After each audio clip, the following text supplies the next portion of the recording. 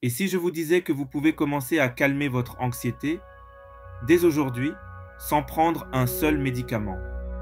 L'anxiété touche des millions de personnes. Elle peut être envahissante, épuisante et donner l'impression qu'on perd le contrôle. Mais bonne nouvelle, il existe des solutions naturelles, concrètes et accessibles à tous pour reprendre les rênes. Dans cette vidéo, je vais vous partager 3 étapes simples mais puissantes pour vaincre l'anxiété sans médicaments. Ce ne sont pas des astuces miracles, mais des stratégies éprouvées, que j'ai moi-même testées ou vues fonctionner chez d'autres. Première étape, identifier et apprivoiser le déclencheur. Ici, il s'agit de mettre un nom sur ce qui déclenche votre anxiété. Beaucoup de gens essaient d'éteindre le feu sans comprendre ce qui l'a allumé. Mais pour éteindre l'incendie de l'anxiété, il faut d'abord localiser l'étincelle. Un exemple concret. Marie, une collègue que je connais, se sentait anxieuse chaque dimanche soir. Pendant longtemps, elle pensait que c'était juste la fin du week-end. En réalité, c'était lié à une peur inconsciente de retourner dans un environnement de travail toxique. Une fois qu'elle a identifié ce déclencheur, elle a pu prendre des décisions concrètes, demander un aménagement, fixer des limites, voire envisager un changement de poste. Comment faire ça? Tenez un journal d'anxiété pendant une semaine. Notez chaque fois que vous vous sentez anxieux. Où? Avec qui? À quelle heure? Ce que vous faisiez. Au bout de quelques jours, vous verrez des motifs apparaître.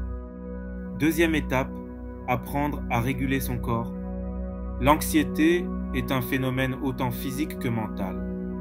Quand elle frappe, le corps s'emballe. Cœur qui s'accélère, respiration courte, sueur. Et plus vous luttez contre ces sensations, plus elles s'intensifient. Donc la deuxième étape, c'est d'apprendre à calmer son système nerveux. Un exemple concret, la respiration 4, 7, 8. Elle est simple.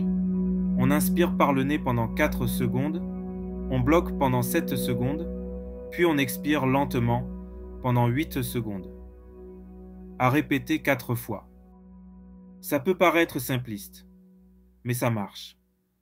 Des études montrent que cette technique aide à activer le système parasympathique, celui qui calme le corps. Il existe aujourd'hui des applis comme Petit Bambou, Breathwork ou Insight Timer pour vous guider. L'objectif est de créer une pause physiologique qui permet à votre cerveau de comprendre que non, vous n'êtes pas en danger. Troisième étape, reprogrammer les pensées anxieuses. L'anxiété est souvent nourrie par des pensées automatiques négatives. Ce petit discours intérieur catastrophiste qui vous dit « Et si je me ridiculise? Et si ça se passe mal? Je n'y arriverai jamais. » La troisième étape, c'est d'apprendre à remettre en question ces pensées et à les remplacer par des alternatives plus équilibrées. Exemple concret. Si vous vous dites « Je vais rater cette présentation », demandez-vous « Quelles sont les preuves pour ?» Quelles sont les preuves contre? Que dirais-je à un ami qui pense ça? C'est une technique issue de la thérapie cognitive qui fonctionne très bien même en autonomie. On appelle ça la restructuration cognitive. Une astuce. Écrivez vos pensées sur papier. Vous verrez qu'en les sortant de votre tête, elles perdent déjà de leur pouvoir. Alors, pour récapituler, identifiez vos déclencheurs avec un journal d'anxiété. Calmez votre corps avec des techniques de respiration ou de relaxation. Reprogrammez vos pensées en remettant en question les scénarios catastrophes. Ces étapes demandent un peu de pratique, mais elles peuvent transformer votre rapport à l'anxiété.